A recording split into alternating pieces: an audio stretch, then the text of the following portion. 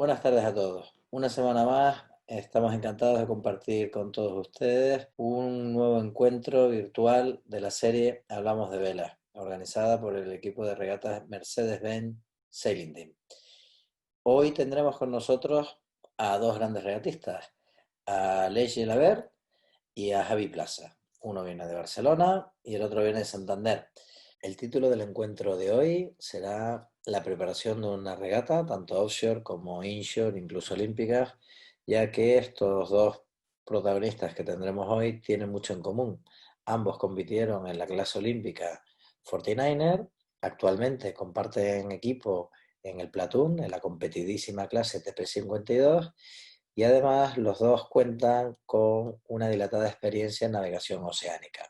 ¿Qué decir de estos dos grandes regatistas? Yo tengo el placer de haber navegado con ellos y de conocerlos desde hace mucho tiempo, pero decir que son dos tripulantes, dos navegantes muy completos, muy polivalentes y de los cuales cualquier armador y cualquier patrón estaría encantados de tenerlos en su equipo.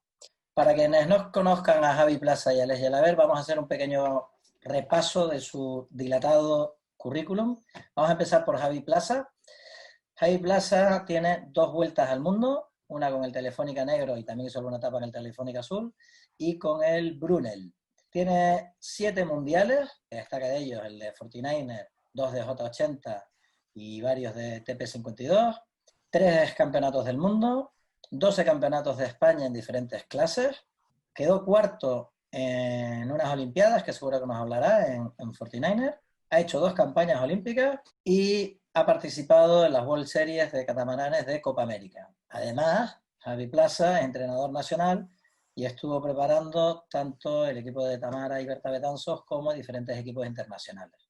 Y Aleix Gelabert, también es un regatista que ha navegado en regatas oceánicas y regatas inshore, destaca a nivel de currículum cuarto en la regata Barcelona World Race, que para quien no lo conozca era una regata a 2 sin escalas alrededor del mundo, en 2014-2015, quedó 18 en la Mini Transat del 2011, tiene 2 campeonatos del mundo en TP52, 2 campeonatos de Europa, uno en J80 conmigo y otro en TP52, tiene 3 campeonatos de España en la clase crucero, 4 Copas del Rey y fue octavo en la IMOCA Ocean Masters World Championship. Además, como anécdota curiosa, tiene el récord de las 421 millas en 24 horas a bordo del Kingfisher. Bueno, como os comentaba, no se trata de una entrevista, sino que se trata de una conversación dinámica, animada, en la que los protagonistas van a estarse haciendo preguntas unos a los otros, ¿vale? Entre ellos. Y todos los demás, pues vamos a escuchar y aprender. Todo el que quiera hacer una pregunta, la haga por favor a través del chat y yo la haré al final. Y también, como es costumbre, a mí me gusta que los dos protagonistas nos hablen un poco de su inicio en el deporte de la vela. Os recuerdo que estos encuentros virtuales los ven desde medallas de oro a niños que están aprendiendo en Optimis o aficionados al mar que no regatean. Entonces, pues, creo que es interesante ver cómo les vino esa pasión por el mar, cómo fueron sus primeros inicios. Ya les adelanto que son muy diferentes, el de uno y el de otro, ellos nos los contarán. Y vamos a pedirle a Javi Plaza que sea él el que empiece, normalmente siempre el más mayor. Hoy te ha tocado a ti, Javi, el más mayor, empieza con este diálogo. Así que nada, yo me retiro y con todos ustedes Javi Plaza y a Aleix Gelabert. Bueno, yo lo primero darte las gracias a ti, Ricardo, y a Fátima por organizar todo esto, que es una cosa muy, muy bonita de ver. Dar mis condolencias a todos los que hayan perdido un ser querido en esta época de COVID y mucho ánimo a todo el mundo que esto se acaba ya. Y gracias a los que estáis ahí conectados por estar escuchándonos. Yo empecé, como todo el mundo, en una escuela de vela de verano, luego empecé en invierno a navegar y tuve la suerte que ya el primer invierno ya me llevaran a una TAP de cadete de tripulante y fue todo muy rápido porque a los 2 años mis padres me compraron un cadete y ya quedé campeón de España y ahí empecé a dedicarme a la vela compaginado con los estudios. Tuve la suerte de coincidir con uno de mis ídolos de pequeño, que era uno de mis entrenadores, que era Santi, y Y bueno, y después del cadete, pues aquí navegábamos en First Class, no sé si os acordáis, First Class 8, y aquí hay una flota muy, muy potente en el Club Marítimo de Santander. Luego navegué en Snai, en Láser, y cuando empezó la clase 49 nueva, que era una clase nueva que se había diseñado, el diseño me parece que era de principios de los 90 o mediados de los 90, pues empecé a navegar con Santi, y ahí empezamos a navegar mucho y dio la casualidad, o bueno, lo hicimos tan bien que ganamos el Mundial del año olímpico y quedamos también segundos en un europeo. De ahí hicimos cuartos en las Olimpiadas, que éramos uno de los favoritos, pero bueno, nos quedamos con la medalla de chocolate. Y todo esto lo he ido compaginando siempre en la carrera olímpica con el crucero. Y pues he navegado en pues, muchas Copas del Rey, en los IMS antiguos, con armadores así, destacaría mucho a Vicente Tirado, con el Porcelanato y con el Caixa Galicia que lo llevaba Chuni. Y de ahí pues se pasaba pues, a ser un profesional de un poco putilla y navegar en todo lo que, en todo lo que me llamaba. O sea, yo he navegado, pues he tenido la oportunidad de hacer una vuelta al mundo con el Telefónica Negro, luego alguna etapa con el Team Brunel y he estado en muchos circuitos pues, de catamaranes, de melgues, de todo lo que os podéis imaginar, de barcos grandes, de maxis, y ahora últimamente estos años me estoy dedicando empecé también a ser entrenador porque me saqué el título. Estos años lo estoy dedicando a navegar en clases monotipos que son el RC44 o 44 Cup y el TP52. Y así es un resumen súper sónico de lo que he hecho. Bueno, no está mal, no está mal. Muy resumido. Bueno, yo empecé navegando también en una escuela de vela de verano, pero yo empecé quizá un poco antes porque mis padres tenían barco ya. Yo cuando nací ya tenía barco y bueno, me montaron en barco. Yo no podía decidir y me montaron en barco. Y entonces sí que es verdad que yo hice un primer curso de Optimis en la escuela de Blanes. Y cuando empecé en el curso de verano, yo no sé si llegué a durar 2 semanas de cursillo, porque yo los únicos recuerdos que tengo es que lo que más me gustaba ir en la Zodiac. Cuando me monté en el barco, que era con muy poco viento, no lo veía muy claro. Y luego que tenía que escribir unas cosas que me ponían en la pizarra y yo casi no sabía escribir. O sea que para mí era como muy complicado. Pero siempre tuve el contacto con el mar, con el barco que teníamos familiar. Y bueno, pues así empecé a navegar y a amar el mar y la vela. Pero ya cuando tuve 13, 14, 15 años, que ya era un chico un poco mayor, más autónomo, más capaz de correr por el barco y que mis padres estuvieran tranquilos, pues navegábamos en las regatas del club. Para mí ganar una regata de club era ganarlo todo. Lo máximo. Y lo máximo. Y veía muy lejos el tema de la vela ligera. Cuando entré en el instituto conocí a Jordi Garriga, él navegaba en Europa en ese momento, nos hicimos súper amigos, íntimos amigos, y fue quien al final, entre esos años de instituto, pues nos mirábamos vídeos de los 18 pies australianos, era la época esa que intentar buscar cualquier tipo de vela. Mi abuelo tenía una antena parabólica e intentaba buscar todos los vídeos de vela que pudiera ser, y entonces grabábamos los 18 pies australianos y los veíamos con Jordi, pero también me fascinaban las vueltas al mundo, la gente que iba a la Vogue Challenge, la Vendée Globe, todo esto para mí era súper interesante, ¿no? Qué guapo el poder dar una vuelta al mundo navegando en barco y siendo tú el que estás allí. A mí me gustaba ver las imágenes de un tío a la proa y que una ola le barría y salía por ahí disparado. Y me alucinaba y pensaba, hostia, a ver si algún día llegara a hacer esto me encantaría, ¿no? Pero no lo veía ni de coña como una cosa así. Y entonces cuando entramos a la universidad, nos fuimos a la universidad a estudiar a Barcelona con Jordi, era esa época del 49er, que vosotros ya igual ya hacía algún tiempo que navegáis en él, y yo mi primer barco de vela ligera en el que navegué después de 2 semanas en Optimus fue en un 49er. Y pasamos un año volcando como locos. Pero bueno, nos lo pasamos súper bien. Conseguimos al menos aguantarnos y poder ir a alguna regata con vosotros. Entonces nosotros os veíamos así, ¿no? Ya que teníais un nivelazo impresionante, nosotros pues trabajo para acabar una regata. Y de allí siempre seguí navegando, compaginé la vela, digamos, olímpica, de clases olímpicas con estudios, nunca dejé los estudios, que eso al final también fue lo que me hizo dejar de navegar en 49er, después del Mundial del Lago de Garda en el 2001, luego en Hawái, y después de Hawái yo estaba haciendo el proyecto final de carrera, entonces allí estaba navegando con Tony Rivas, que con Tony navegué mucho y aprendimos mucho más, y nada, y luego ya pues acabé la carrera, pero siempre tuve claro que la vela es lo que más me gustaba. Lo que pasa es que para navegar tienes que pagarlo y entonces trabajaba y navegaba. Hasta que tuve la oportunidad mucho más adelante, me enamoré de los minis, hasta que me compré un mini y pensé, me encantaría poderme dedicar solo a navegar y no tener que hacer otra cosa para navegar.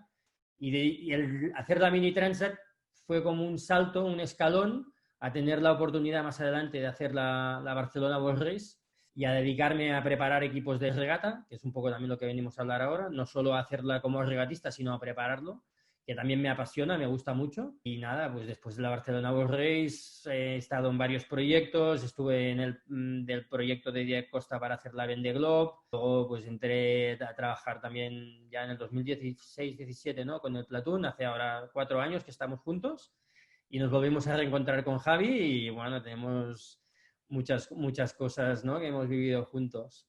Y bueno, pues cada uno a su manera pues ha ido haciendo y al final lo bueno es que al menos nos podemos... Es difícil, porque es difícil, no que nadie se piense que, al menos en mi caso, que sea fácil, pero que nos dedicamos a lo que más nos gusta, ¿no? Que es nuestro hobby o nuestra pasión. Y entonces, bueno, Javi ha navegado muchísimas más clases que yo, tiene un montón de experiencia y... Sí, yo lo he resumido mucho, pero ahora cuando has dicho el Mundial de Hawái o el Mundial de Garda, ¿sabes? Me he acordado de muchas cosas, ¿sabes? Y de Garriga, ¿sabes? Que hicimos amistades también. Aquí nunca dejas de aprender. Aquí, esa es la clave, yo creo. Nunca dejas de aprender porque siempre hay alguien que te machaca o que es más bueno o que hay una cosa que sale nueva.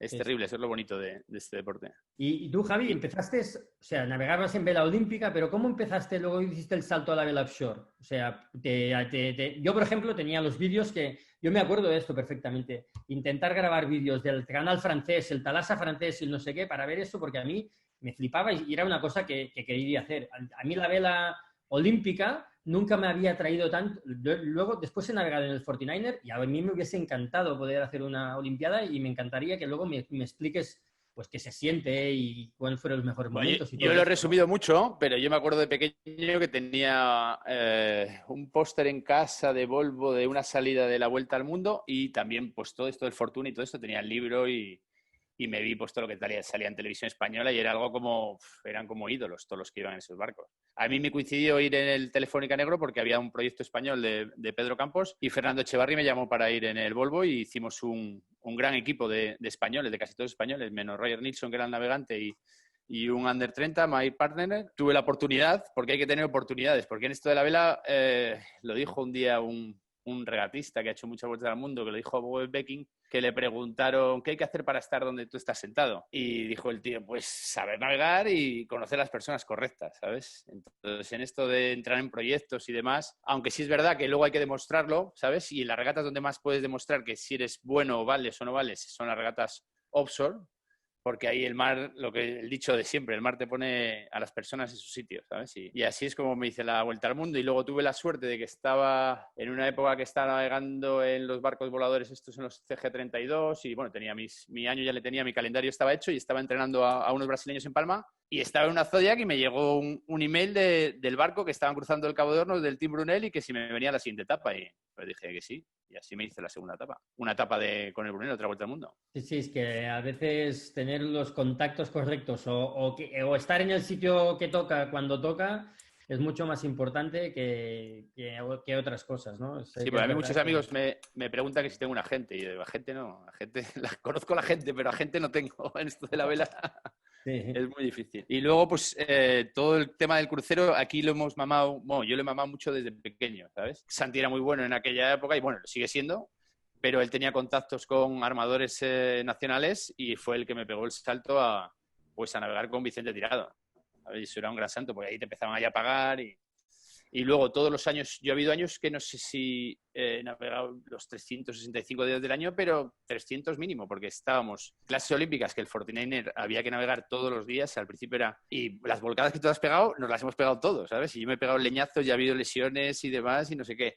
Y cuando acabamos las clases olímpicas, que tuvimos la suerte de estar en, pues, ganar un mundial y estar apoyados por la Federación Española de Vela, cuando teníamos vacaciones, pues nos íbamos a hacer una Copa del Rey o nos íbamos a hacer las regatas del Mediterráneo o nos íbamos a Italia a donde nos llamasen. Y esa era mi vida de soltero y de joven. ¿Sabes? Ahora con niños y demás, pues ha cambiado un poco y tienes que elegir un poco más las cosas. Pero... Bueno, con la vida familiar cuesta un poquito más compaginar estar tanto tiempo fuera de casa, porque al final estamos muchos días fuera de casa. Ya sí, pues mira, no lo haces solo en Barcelona o solo en Santander, sino que lo haces por todo el mundo ya. Yo tenía un mod hasta que tuve la segunda hija y ya la tuve que vender porque ya no había tiempo. Bueno, fuiste uno de los primeros a tener el mod aquí en España, ¿no? Sí.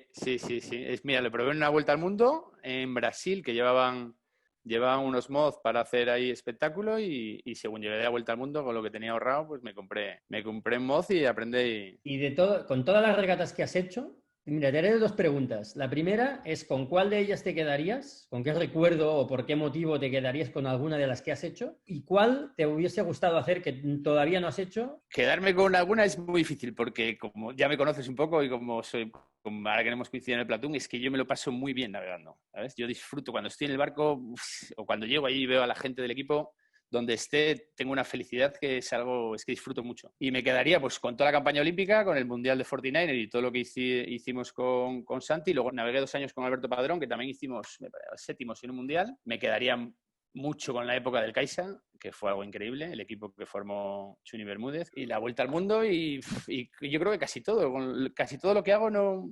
Como disfruto tanto, no suelo... Y tengo mucha suerte porque siempre voy con gente muy buena. Tú lo ves en el Platón, que navegar en un equipo en el que todo está muy especificado, que es todo muy profesional, pero que es que el táctico ha ganado una Olimpiada, ha ganado una medalla en una Olimpiada, no sé si fue de plata, una vuelta al mundo, ha ganado la Copa América, ¿sabes? Es que no hay más, ¿sabes? Luego navegar con mi amigo Jordi Calafat, pues para mí es uno de los mayores talentosos que hay, con Pepe Ribe, ¿sabes? Que ha hecho 6 vueltas al mundo. Pues con todo el mundo que navegas en ese barco, es que son todos, vamos, como estrellas legendarias, porque somos todos un poco viejitos, ¿sabes? Pero yo soy todavía de los más jóvenes que navegan en los TPs. Sí. No, la verdad es que la flota del TP, la media de edad es bastante alta.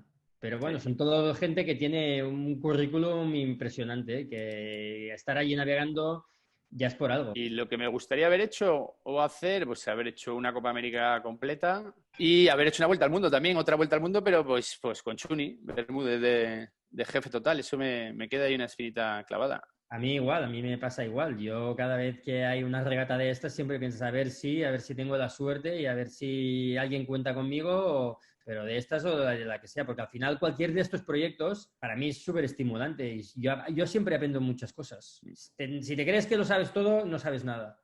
Y siempre yo aprendo muchísimas cosas de mucha gente y bueno, pues estar en cualquier otro proyecto, uno de los alicientes que tengo es esto, el aprender más y el ser mejor navegante o regatista. Yo creo que tener un buen rollo con el equipo en el que estás trabajando o en el que estás navegando es súper importante para que todo sea mucho más fácil, para que los resultados sean mejores. El buen ambiente a bordo y en el equipo de tierra y todo es siempre, ¿no?, primordial. Y hay veces que... Sí, pero eso yo creo que lo vas creando. Si al final, Alex, ¿cuántos días convivimos? No sé. Tú un poco más. Del tema que nos lleva la preparación de la regata, que es una cosa muy amplia, pero como los dos hemos hecho pues clases olímpicas, offshore, solitario, pues tiene muchos... son muy diferentes las preparaciones.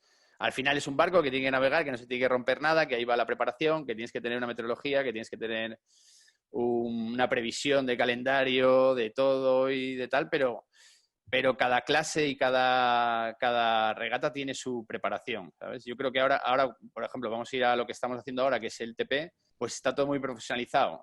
A final de año hablas con el diseñador del barco a ver si se puede limar algo en poner la quilla más pequeña o retrasar el bulbo, poner un timón más pequeño. El del palo también se pueden hacer mejoras, que si lo quieren más duro, más blando, se cambia la jarcia. Todo esto depende todo de que haya presupuesto para hacer todas las ideas y que vayan en la buena dirección. Luego hay una planificación de las velas que nosotros tenemos a Jordi Calafat, que es una de las claves de nuestro equipo, que nos diseña las velas, porque las velas del TP son todas custom, ¿sabes? Más o menos, vamos, que cambias cada curva de grátil y demás, y es todo que es muy diferente pues a las clases One Design, que más o menos lo cambias, pero no lo cambias tanto como aquí. Luego está pues el tema de la meteorología, que también se prepara, porque los eventos, pues a lo mejor tienes 6 o 7 eventos y tienes que preparar el barco según donde vaya a ser el mundial o cómo quieres hacer el barco más rápido. Cada año, ¿no? Ya lo preparas de cómo va a ser o sea, hay gente que a lo mejor no se lo plantea, pero en un equipo como este tan profesional, tú estás planificando la temporada al año anterior de según qué sedes serán, ya sabes qué condiciones meteorológicas son las más probables que sucedan allí. Bueno, sin ser expertos, ¿no? Pero como la Fórmula 1 o como... Como la Fórmula 1, mira, es lo que te iba a decir, porque como la Fórmula 1 siempre dicen, McLaren va a traer unas mejoras a no sé qué, y no se mueve el coche. O sea, es que las mejoras, es muy importante el equipo que tienes, el conjunto entero, el feeling que tiene el trimmer de mayor, el feeling que tiene todo el mundo, y como todo es tan custom, es muy importante la preparación para que el año que viene tengas esa media décima o una décima, y siempre cuando empiezas a entrenar y empieza la temporada, que haces un entrenamiento o empieza la primera regata, ves que los demás han mejorado o han empeorado. Y luego depende mucho, que puedes tener un barco muy, muy rápido, muy rápido, muy rápido, pero también tienes que tener una buena tripulación y un buen táctico que te lleve por donde hay que llevarlo, ¿sabes? Una preparación en una regata, sea la regata que sea, tú puedes como estipular 4 o 5 grupos de cosas, ¿no?, con los cuales siempre tienes que intentar prepararte lo mejor posible. Evidentemente, la preparación del barco, cómo vas a dejar el barco preparado para que no falle nada, para que todo vaya bien, incluso de un año para otro tener el barco preparado para las condiciones que tú crees que van a estar en esa regata. La meteo, ¿no? La meteo es importantísima en el tema del barco, preparar bien la meteo de la regata que sea, el tema de logística o el tema del equipo humano, quién va a navegar, cuándo, sabes quién será la tripulación, porque al final decidir todo esto es preparar también el proyecto, y también, pues, los que se tengan que encargar de la táctica y la estrategia, pues preparar bien táctica, estrategia, tener las cosas claras. Las reglas van cambiando, cada 4 años cambian un poco, una chorradita de la regla, luego se puede hacer en unas clases, se puede hacer una cosa, en otras a lo mejor no, y tener todo eso bien trabajado, ¿no? Y al final son los 4 o 5 cosas que siempre tienes que preparar. Dime. Y luego, muy importante, porque ahora es el presente, el pasado y el futuro, yo creo que es que también hay que contar con un armador que es el que pone la tela, pero también ese armador que muchas veces hay algunos que son nuevos y que nunca han visto un barco en su vida, que yo navego con algunos y navegan muy bien, y otros que tienen, bueno, que como armadores pues tienen otros negocios y tal, y que tienen que dedicar tiempo para dar el nivel, porque luego compiten con gente que es muy buena, ¿sabes? Importante que también se lo pase bien. Al final, si el Eso armador es no lo lo más disfruta, importante. o si un sponsor no saca un rendimiento, o un armador no lo disfruta,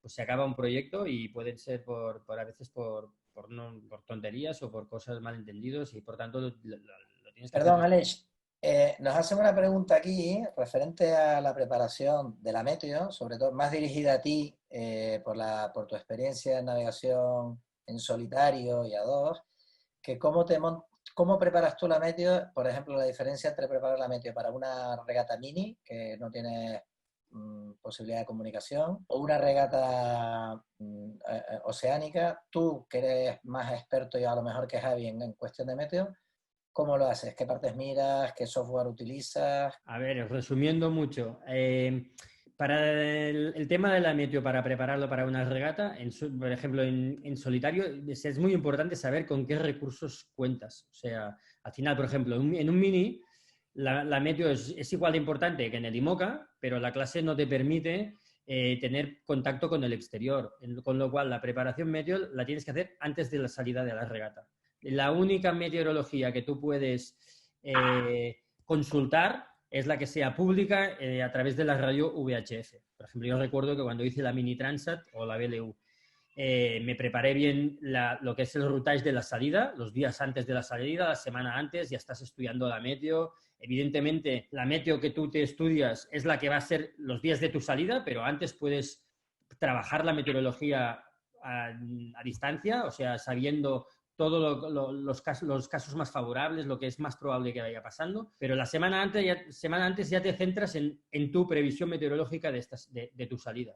Y cada día la vas rectificando y modificando hasta el día de la salida. Una vez sales, pero no puedes tener contacto con nadie para que te dé ningún tipo de información. Lo único, la organización cada día te va enviando un parte meteorológico vía VHF o VLU, que es el mismo para todos y súper genérico. Entonces, es muy importante que te lo hayas trabajado mucho antes. Entonces, si alguien quiere hacer una regata de crucero y no tienes esta limitación, hoy en día, con un iPhone, si tienes cobertura, tienes unas aplicaciones que para tener una previsión meteorológica en un mini, ojalá las tuvieras, ¿no? Pues ahí no las puedes tener. Y luego, si haces una regata ya con algún barco que te permite temas de tener electrónica a bordo, pues nosotros lo que usamos es un software, básicamente dos se usan.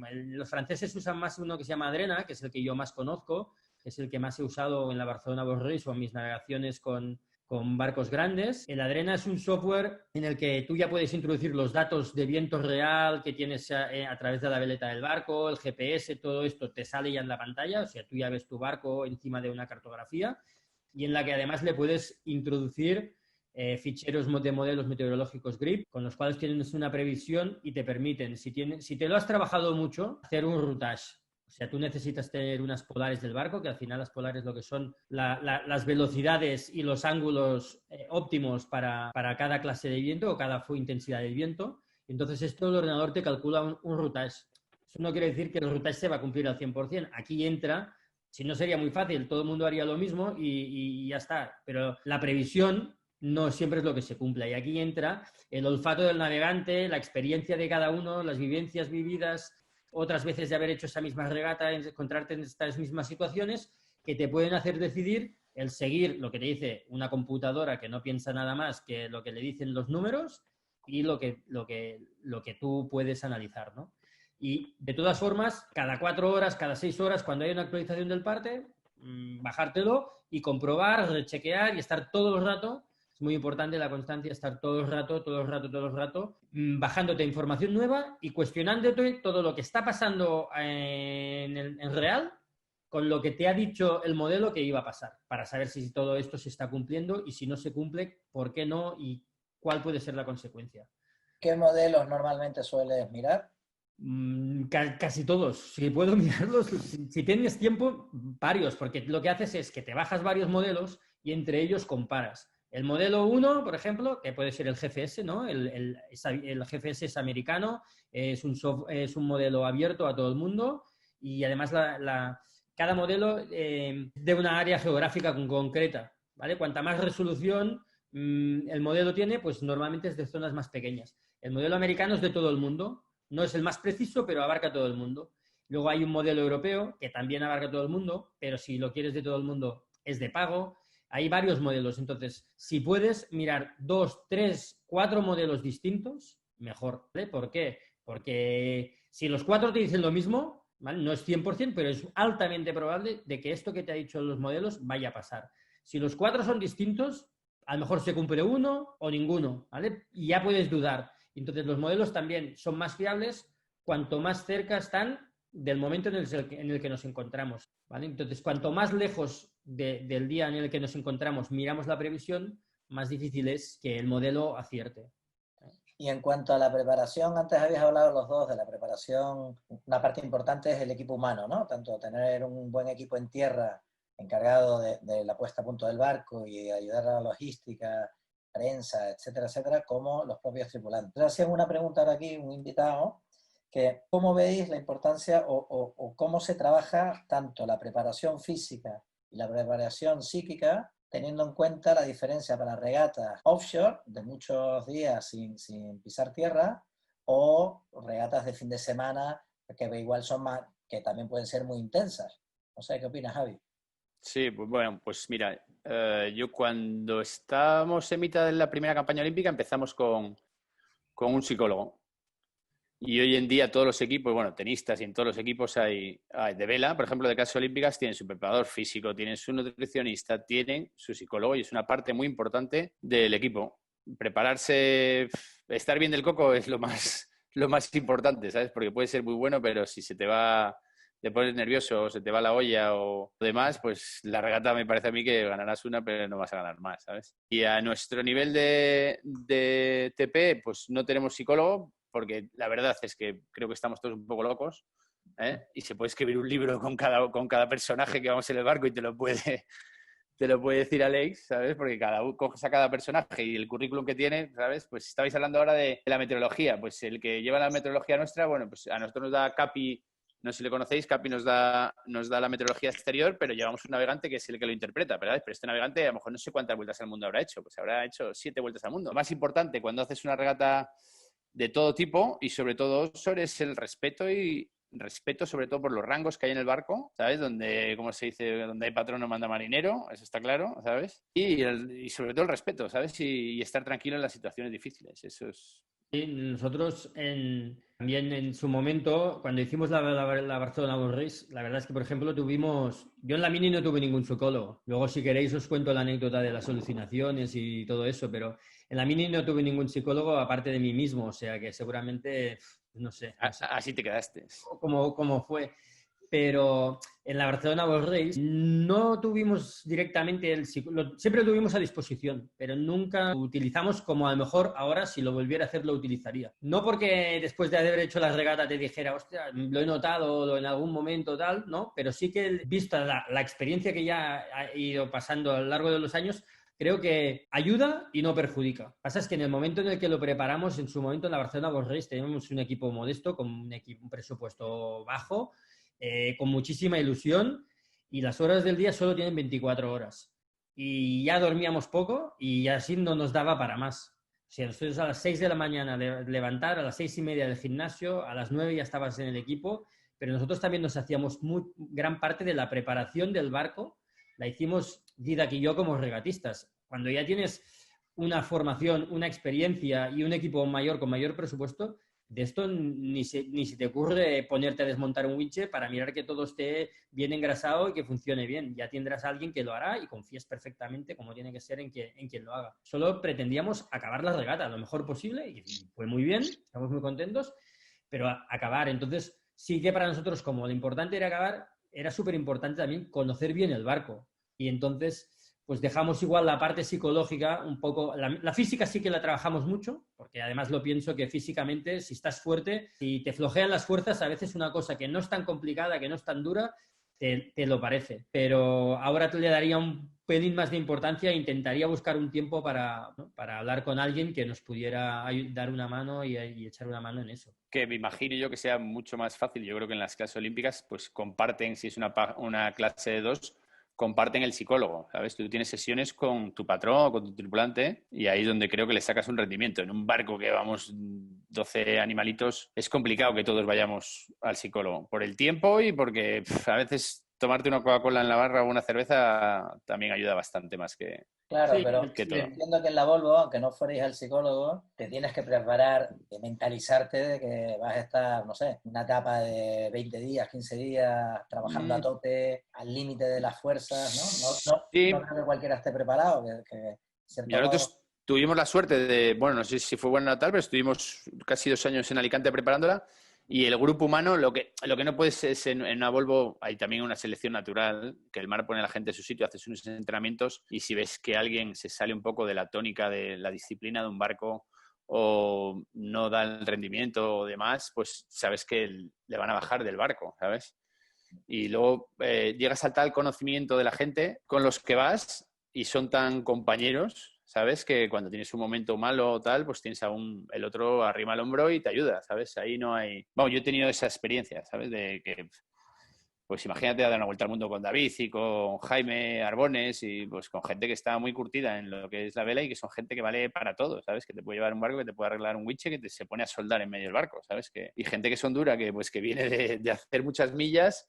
Y cuando haces muchas millas con mucha gente, pues tienes unas tablas. Y es que además, ¿no? No saltas y vas a hacer la Volvo de golpe sin tener casi nada de experiencia navegando. Si vas es porque ya tienes experiencia, has demostrado con pasos previos que puedes estar allí y aún así puede ser que haya alguien que a lo mejor lo que decías tú, que no esté a la altura y que al final lo bajes en el barco. Pero normalmente la gente que va es porque previamente ya ha demostrado que puede estar allí. También se entrena mucho antes, navegas mucho antes y pones a la gente en su sitio, ¿no? Y es muy difícil ir a hacer una cosa allí sin tener la certeza de que lo que vas a hacer sabes que lo vas a poder hacer bien. Igual en las regatas en solitario yo me fui a hacer la Mini Transat creyendo que era capaz de hacerlo, pero no lo había hecho nunca. Y bueno, vas un poco que a veces sí que vas con la duda de si serás capaz de hacerlo.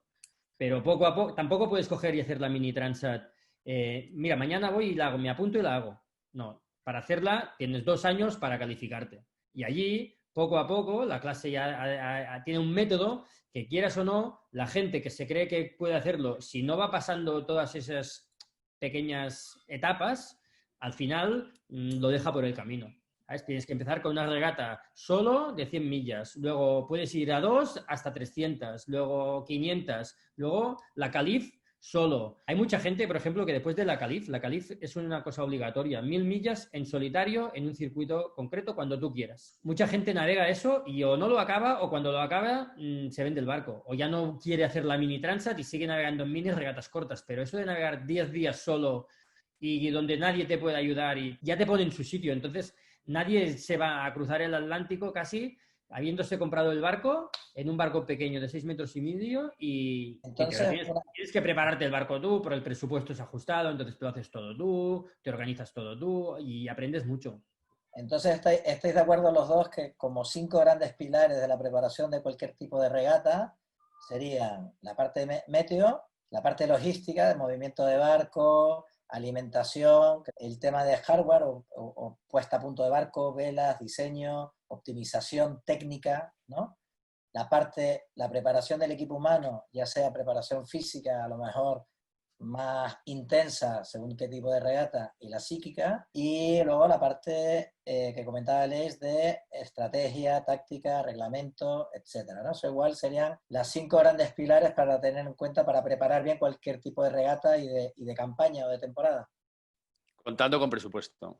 Y presupuesto, claro. Preparación Bueno, eso El presupuesto se da por sentado. Si no hay que echar la raya. No haces hay nada. que echar la raya y... Pero sí, un poco es esto, ¿no? Intentar trabajar en estos 5 campos, 5 has dicho, ¿no? 5 campos y preparar cada uno de ellos lo mejor que puedas. Cuanto más presupuesto, pues ya habrá especialistas luego de cada cosa. Si no tienes presupuesto y navegas solo, pues lo haces todo tú. Y si no, cada uno en su área y prepararlo lo mejor posible. Tony Rivas nos ha preguntado qué es eso de las alucinaciones. Yo creo que eso lo sabe, pero me parece que quiere que lo cuentes tú. Quiere que lo cuente. Lo resumo porque es largo. La verdad es que esto que contaba, ¿no? Del ir bien preparado y hacer las cosas bien. En la clase mini yo creo que una de las cosas que hacen es cribar a la gente bien. Entonces, es obligatorio hacer una navegación de 1000 millas en tu barco antes de hacer la mini Transat. Solo y en las mismas condiciones que vas a hacer la regata. Entonces, yo cuando lo hice, nunca en mi vida había navegado solo 10 días. Había navegado solo en el mini, pues no sé, igual para hacer 100 millas o no me acuerdo, pero no creo que más de un día o 2. Me busqué un parte súper bueno, porque la ruta era cruzar el Golfo de León. Yo salí cerca de Barcelona, en Blanes, cruzar el Golfo de León, dar la vuelta, pasar por encima de Córcega, dar la vuelta a una isla que está delante de Italia, volver por encima de Córcega, volver a cruzar el Golfo de León, ir a Barcelona a virar una boya y volver a mi pueblo. Entonces, a mí me daba miedo que me entrara, era en julio, una tramontanada fuerte, un mistral muy fuerte y que no pudiera hacer la regata, la calificación, me tuviera que parar o romper algo, lo que sea. Me busqué un parte tan bueno que iba a 3 nudos al principio, se me hizo súper largo. No me gestioné bien el sueño. Iba con muy poco viento, quería hacer andar el barco, descansaba muy poco y dormí muy poca. Durante los 3-4 primeros días dormí muy poco. Y ya cuando estaba dando la vuelta a Italia y volvía, estaba por encima de Córcega, empecé a oír por la radio un parte genérico de que había previsión de fuerza 7, con rachas de 35 nudos en el Golfo, a cabo de 24 horas o así, y dije, yo tengo que cruzar antes como sea. Y entre lo poco que había dormido, y me pasé un día y medio o 2 también empalmando sin dormir para intentar correr, para que no me cogiera el temporal, y conseguí pasar. ¿Pero qué me pasó? No gestioné bien el sueño, y estaba súper cansado, yo sin darme cuenta. Y ya por el medio del Golfo yo empezaba a oír voces. Yo oía voces de gente en el barco y miraba por dentro del barco, me hacía así, pero si estás solo, Alex, pero que no hay nadie, seguro que no hay nadie. Y me iba oyendo voces, una radio, no sé qué, no hay nadie. Tal. Y cuando llegó la noche, bajó el viento, puse un speed y digo, me voy a dormir y a descansar. Me desperté y cuando me desperté, que había anochecido del todo, de repente vi a 3 peruanos a bordo del barco. O sea, tenía a 3 peruanos que estaban conmigo y yo, pero si estás solo, Alex, ¿no? Pero este tío que hace de allí encima del foque, que me lo estás arrugando aquí, me estás chafando el foque, no sé qué. Y decía, hostia, Alex, tienes que descansar, estás loco, porque... Y yo los veía y podía hablar con ellos. Y en ese momento no eres del todo consciente, pero luego te das cuenta, ¿no? de lo que te puede jugar una mala pasada por no descansar bien. Y eso me ha pasado, después de eso aprendí que me tenía que gestionar mucho mejor el sueño. Y luego la verdad es que, por ejemplo, la Mini Transat, que es una regata mucho más larga, apenas tuve. Cuando llegué a Madeira, o sea, yo hacía 2 etapas, Francia-Madeira, Madeira-Brasil. Llegando a Madeira también me pasó un poco, pero no de hablar con nadie, sino de oír ruidos que te asimilan como voces. Y luego voy a decir, uy, tengo que dormir. Y a ponerte a dormir, porque si no sabes que luego lo siguiente es alucinar. Y no sabes nunca si lo siguiente va a ser, hay alguien en el agua, me tiro a ayudarle y me tiro al mar, ¿sabes? Tienes que vigilar. La verdad es que sí, es una cosa muy curiosa. Yo no sé si te ha pasado alguna vez, Javi, que te ves alucinaciones por estar exhausto o muerto en la Volvo o algo. No, yo lo he pasado mal de cansancio, de volver, como todo el mundo, no sé, pero de tal. Me han contado muchas historias. De alguno, pues estaba en medio del océano que llevaba 30 días, se cogía, se vestía, se cogía la maleta y que se iba. En medio del océano, en medio de la nada. Y pues en el barco, en el Telefónica, yo creo que en la primera etapa Añeti vio, no sé si a un amigo de su abuelo o tal, pero no le tomamos en serio, ¿sabes? Eso lo contaron en la última reunión, en la charla que tuvimos con Luis Doreste y David Vera, se lo preguntaron a David y era el que había visto, parecía como el fantasma del abuelo de David Vera, que había muerto recientemente. De David Vera, pues era David Vera, sí, estaba en esa guardia con ellos. Lo había visto Añeti, sí. Sí, y nos lo veíamos, ¿sabes? Digo, joder, a ver si va a haber alguien. Igual con tripulación es más difícil, ¿no? Porque las guardias están muy marcadas, ¿no? Vosotros en la Volvo, cambio de guardia, adentro a dormir, puedes estar más o menos cansado, pero las guardias... Hombre, y llevas... alguna maniobra o algo, las guardias... En cambio, cuando vas solo, te gestionas tú solo. Y si no vigilas, te pasas sin dormir. En el Volvo pues hay gente que se prepara para hacer pues, para roturas, para lo que sea, llevas muchas medicinas a bordo, muchos psicotrópicos, si pasa algo, y analgésicos y todo. Y teníamos la suerte también de tener a Roger Nilsson, que había hecho 6 o 7 vueltas al mundo, que era médico, ¿sabes? Y en un momento dado eso te da una seguridad que si te pasa algo, pues hay pastillas para todo Bueno, yo he oído historias de que han llegado a atar a gente a una litera. Pues el señor que se vestía, cogía las maletas y se bajaba en medio del océano. Claro. Pues, sí, pero si estás solo y te pasa eso, ya... Pues te vas. Tenemos 4 preguntitas que nos hacen y también no me gustaría que nos dejarais nada en el tintero que le quisierais preguntar el uno al otro. Así que, bueno, vuestro turno, preguntarle algo que le queráis... Bueno, pues yo a Gallardo ya más o menos sé la respuesta, porque se le ha preguntado, pero un tío que es arquitecto, que es un máquina, que tal, ¿cómo ha acabado dedicándose a la vela? Pues bueno, por eso, porque al final era mi hobby, mi ilusión de siempre, mi pasión. La arquitectura, la verdad es que también me gusta y me gusta mucho. Y trabajé de arquitecto bastantes años y nunca sabes a lo mejor cómo acabará todo y volveré a hacer algún día alguna casa. Pero a mí mi ilusión era poder navegar, dar la vuelta al mundo, hacer regatas. Yo al principio no era tanto hacer regatas, pero yo ahora si tuviera 20 años estaría navegando en una clase olímpica, haciendo igual que hice con el Forti, pero intentando, como tengo más experiencia, pienso que lo haría mejor. Pero navegar es lo que siempre me ha apasionado más. Y la segunda muy importante... Me gusta, pero es diferente. Y la segunda muy importante, te harías una Barcelona World Race conmigo, ¿no? Contigo, claro que sí, sin dudarlo. ¿Y conmigo no? ¿O qué? Ya estoy fichado. Ya estoy fichado. Aquí la cuestión es que se haga la Barcelona World Race y luego ya, si se hace durante muchos años, la podremos hacer primero con uno, luego con otro. Esa es una de las preguntas que tenemos. ¿Qué pensáis sobre el futuro de la Barcelona World Race? Buah, como está el tema político, es que está el tema político, ya hay una movida en Cataluña. Con Alex tengo muchas discusiones, ¿sabes?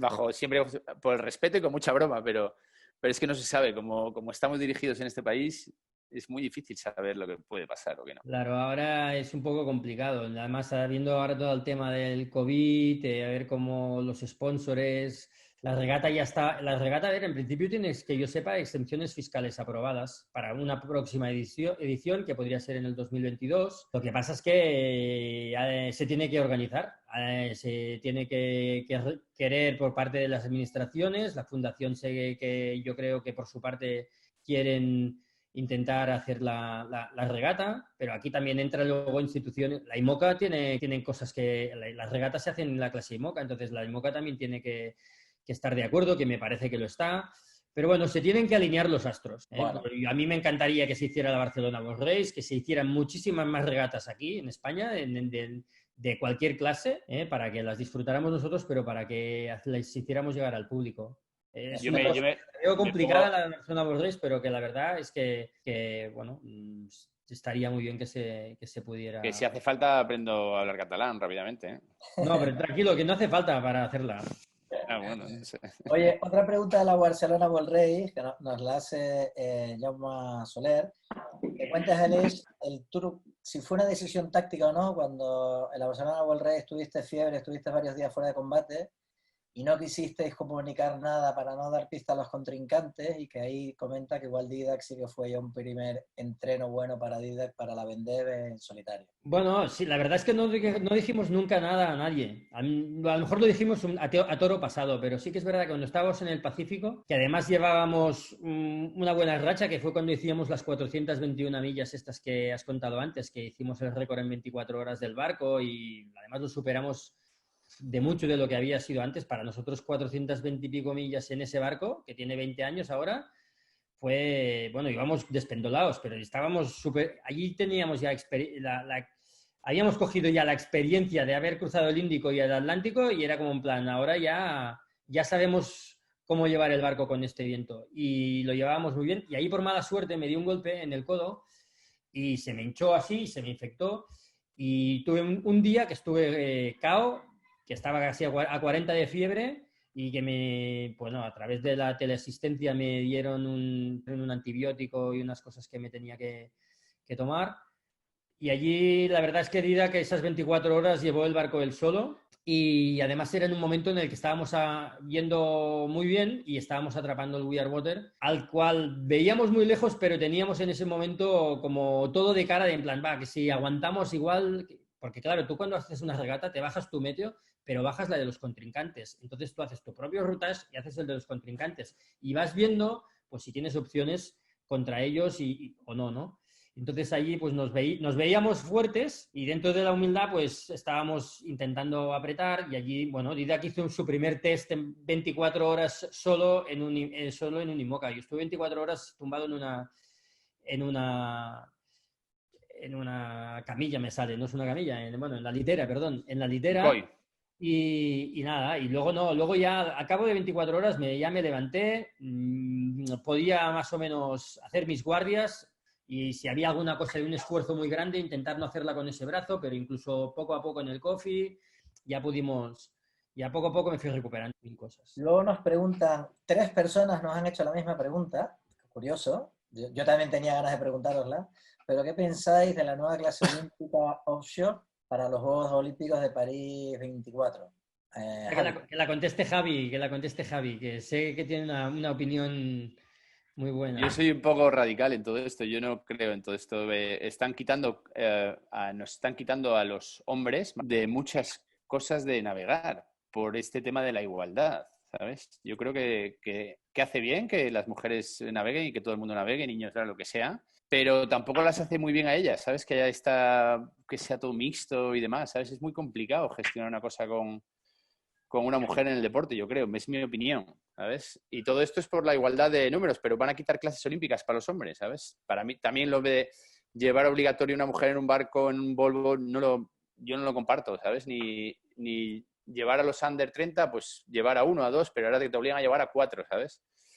Creo que las cosas hay que ganárselas. Yo cuando he hecho una Volvo, pues me lo he ganado yo haciéndolo, y cuando he hecho una Olimpiada me lo he ganado yo haciendo, ¿sabes? Y a los números me remito de que las licencias que hay de hombres y de mujeres, ¿sabes? Tú no puedes... creo que tiene que haber una igualdad en ese sentido, ¿sabes? Si hay 1 millón de hombres navegando y hay 10.000 mujeres, tú no puedes hacerlo igual, ¿sabes? Creo que es una igualdad que no... La clase estará bien, pero yo, para mi gusto... porque también el número de participantes está restringido, hubiese hecho una clase monotipo de 4 personas, independientemente que sean mujeres o hombres, en igualdad de condiciones.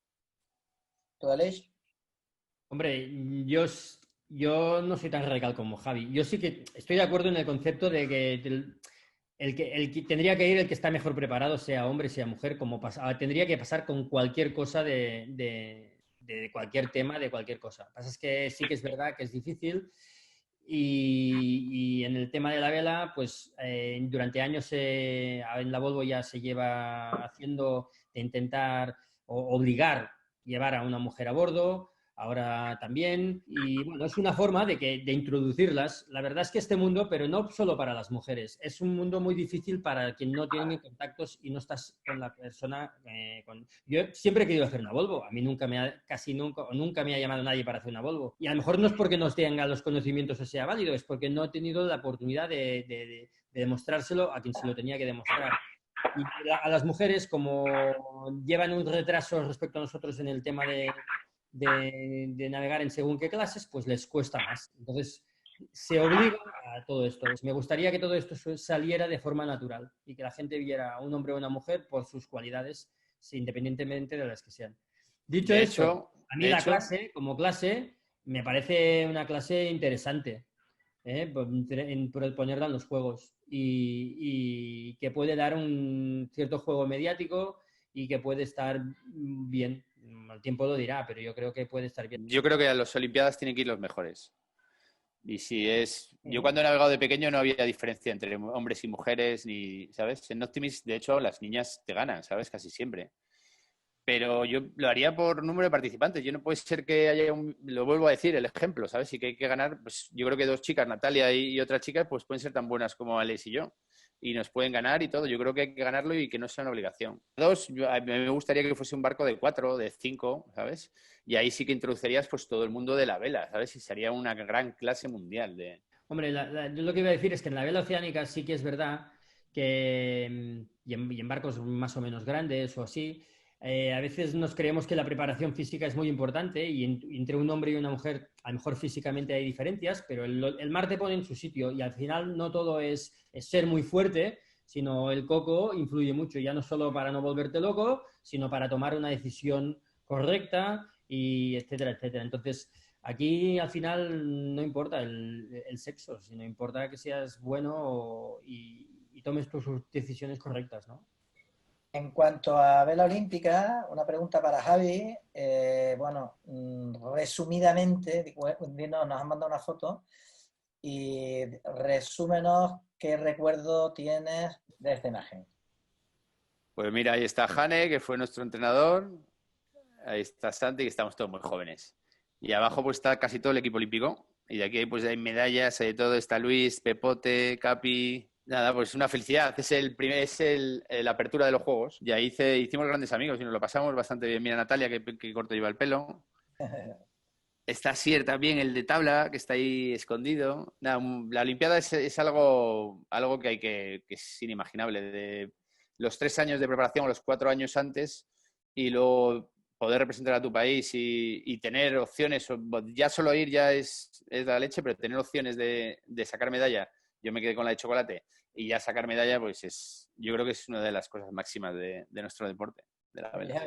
Y de esta otra imagen, ¿qué nos puedes contar? Que nos han chivado por Santander que te contrataste a tu abuela. Tuviste que tirar... No, esto era el típico, antes de las Olimpiadas, que sales en una revista dominical, o no sé cómo se llama.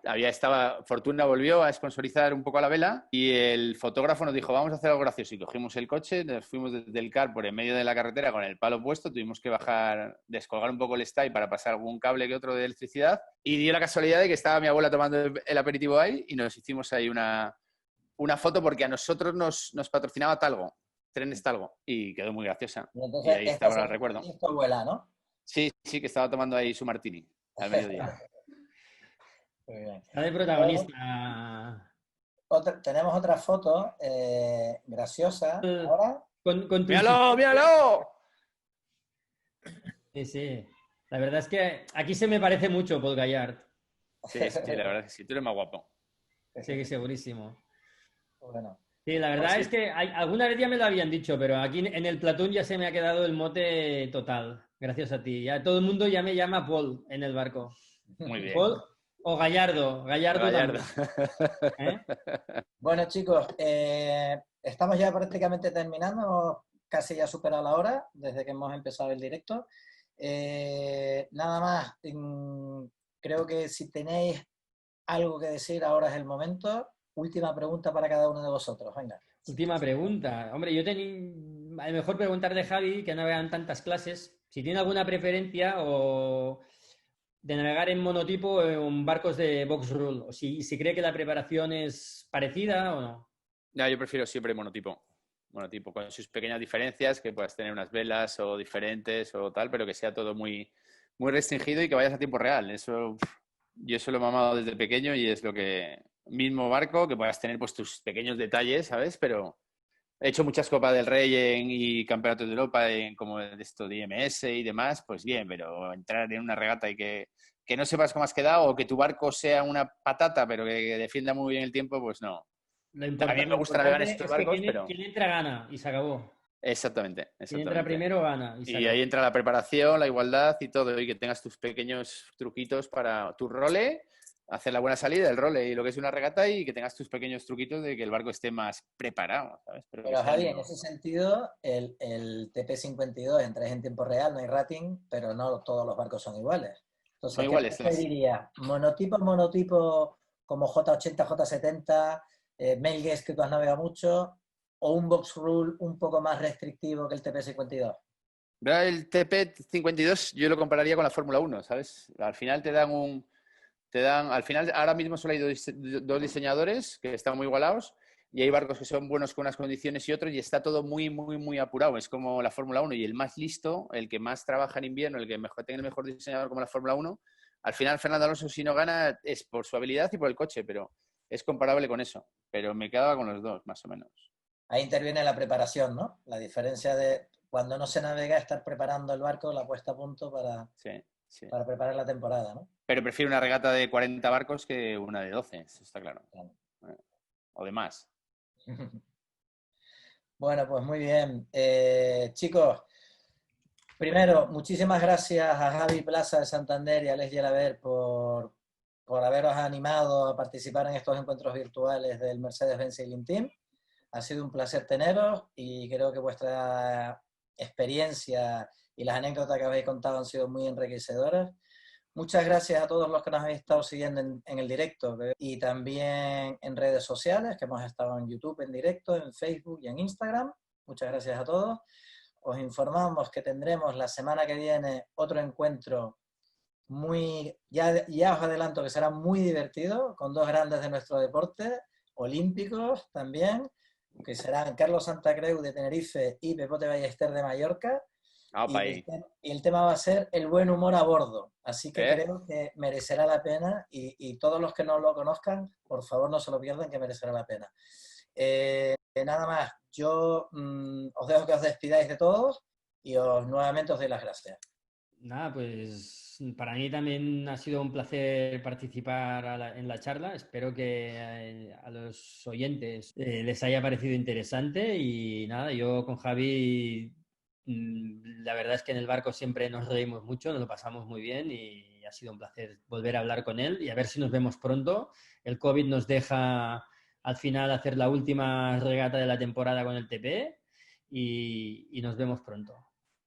Pues yo dar las gracias a todos, a Ricardo, a Fátima, que gracias por lo que habéis conseguido. Y estoy viendo ahora a la madre de Aleix, que espero que me invite un día ahí a una buena comida ahí en Barcelona. Y que gracias a todos y espero que haya sido interesante y que os lo hayáis pasado bien. Venga, chao. Pues nada, nos volvemos a ver en el agua, que es donde más nos gusta estar, en el agua, y a pesar de todo seguiremos aquí para hacer nuevos encuentros. Muchas gracias a todos. Chao.